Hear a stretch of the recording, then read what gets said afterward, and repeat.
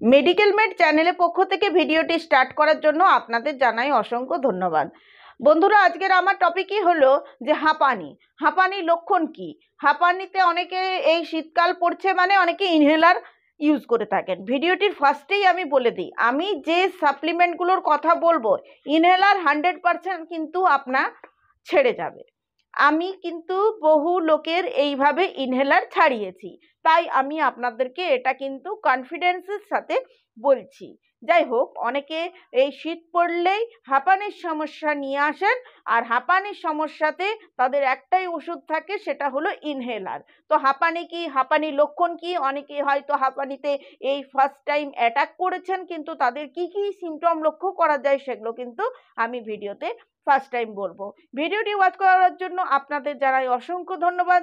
First time watch করছেন, অতি অবশ্যই মেডিকেল মেড চ্যানেলটিকে সাবস্ক্রাইব করে রাখুন, তার কারণ পেয়ে যাবেন এখানে নিত্য নতুন ভিডিও, তাও আবার স্বাস্থ্য সংক্রান্ত, যেখানে যেই টাইমে এসে আমরা পৌঁছেছি জানেন, আমাদের প্রতিদিনই কিছু না কিছু রোগে অ্যাটাক হচ্ছে। এমনই রোগ যেগুলো সম্পর্কে আমরা জানি না, হয়তো হঠাৎ করে আমরা আক্রান্ত হয়েছি, হওয়ার পরে বিভিন্ন রকম পরীক্ষা নিরীক্ষার মাধ্যমে জানতে পারছি যে এই রোগটি আমার শরীরে বাসা বেঁধেছে। তাই এই রকম টাইপের, আমি বলছি না যে মেডিকেল মেড চ্যানেলটিকেই দেখুন, এই রকম টাইপের দেখবেন বহু চ্যানেল ইউটিউবেও আছে। তাহলে আপনারা যদি এই চ্যানেলগুলো ফলো করেন, তাহলে সিমটমগুলো দেখেই বুঝতে পারবেন যে না, আমার শরীরে এই রোগ অবশ্যই বাসা বেঁধেছে। তো ঠিক সময়ে আপনার শরীরের যদি যত্ন নেন, আপনার শরীরের দিকে লক্ষ্য করেন, তাহলে কিন্তু রোগ টোগ এতটা আপনাকে কুপোকাত করে তুলতে পারবে না।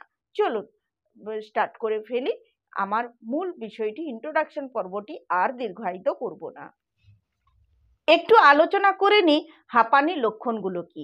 অনেকেই একটু, বলতে গেলে সকলেই সকালের দিকে বা যে কোনো টাইমে ব্যায়াম করাই অভ্যস্ত। ব্যায়াম করার সময় একটুতে হাঁপিয়ে পড়বেন, বুকে ব্যথা, বুকটা চাপ চাপ লাগা, হাঁচি কাশি, একটু ধুলোতে থাকলেও দেখবেন আপনার হাঁচি কাশিটা একটু বেড়ে যাচ্ছে। তাদের ক্ষেত্রে আমি একটা ছোট্ট টিপস দিয়ে রাখি, অবশ্যই মাস্ক ব্যবহার করবেন তারা। আর একটা ব্যাপার, তাদের আরেকটা নাক বন্ধ হয়ে আসা, নাক বন্ধ হয়ে যাওয়ার মতন ঘটনা ঘটে, এইরকম সমস্যা থেকে থাকে। বলতে শুনেছি রাত্রে ঘুমের সমস্যা হয়, মানে এত হাঁচি কাশি গলা ব্যথা হয়, নাক বন্ধ হয়ে আসে, এতটাই শ্বাসকষ্ট হয় তাদের, যে তাদের ঘুমের ব্যাঘাত ঘটে। এই লক্ষণ বা উপসর্গগুলোই কিন্তু দেখা দেয় বিশেষত হাঁপানির সমস্যায়। তো হাঁপানির সমস্যা, এই সমস্যায় যারা ভুগছেন তারা দেরি করবেন না, দেরি না করে কয়েকটা সাপ্লিমেন্ট আগের থেকেই কিন্তু শুরু করে দেন। কার্কিউম প্লাস আগেও আপনাদেরকে আমি বলেছি, হিলকাপ সিরাপ আর জীবন শক্তি, তার সাথে হলদি তুলসী ড্রপ, প্রত্যেকটা সাপ্লিমেন্ট আপনি অনলাইনে কিনে নিতে পারবেন, ওষুধ দোকানেও পেয়ে যাবেন। তো এগুলো ওষুধের দোকানে বলতে আপনি নর্মালি সব ওষুধ দোকানে কিন্তু পাবেন না। আমার নাম্বারটা আপনারা জানেন সকলেই, 9733970544, এই নাম্বারে হোয়াটসঅ্যাপ করে আপনারা যেখানে অনলাইনে অর্ডার করছেন, অর্ডার করার পূর্বেই আপনারা ওখান থেকে ছবিটা একটু স্ক্রিনশট করে আমাকে হোয়াটসঅ্যাপ করে দেবেন বা আমার সাথে কথা বলে নেবেন। কারণ সব জায়গায় সব জিনিসটা ঠিকঠাক অ্যাভেলেবেল থাকে না। আমি যাদেরকে এই ওষুধটা দিয়েছি হাঁপানির জন্য বিশেষত, তাদেরকে কিন্তু আমি নিজেই পাঠিয়ে দিয়েছি, তাতে করেই কিন্তু তাদের সেই সমস্যাটা সেরে গেছে। তবে আমি একটা কথা বলে রাখি, হাঁপানি কিন্তু ডায়াবেটিস, প্রেশার, এদের মতনই রোগ, যা সহজে কিন্তু সারানো সম্ভব নয়।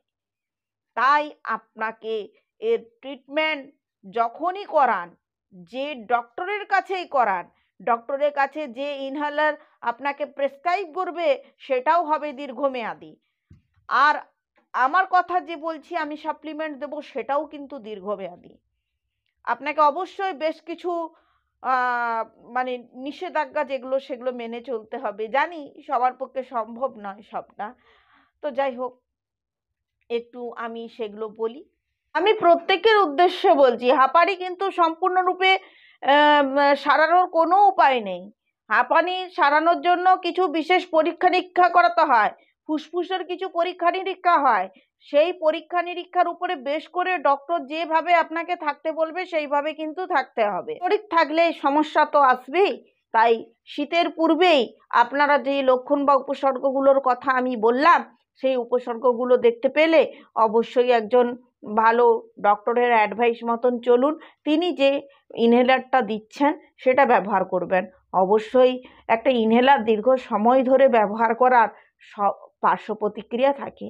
বন্ধুরা, প্রত্যেকটা জিনিসেরই, ভালো জিনিসের, প্রত্যেকটা জিনিসের দেখবেন আমাদের এখন এরকমই পরিস্থিতিটা হয়ে গেছে, যেই রোগটা সারাতে যাচ্ছি সেই রোগটা সারাতে গিয়ে আমাকে কিন্তু দেখতে হচ্ছে যে পরবর্তীতে আমার একটি অন্য রোগ এসে কিন্তু বাসা বাঁধছে শরীরে, কারণ সেই আগের রোগের জন্য ব্যবহার করা ওষুধগুলোর পার্শ্ব প্রতিক্রিয়া।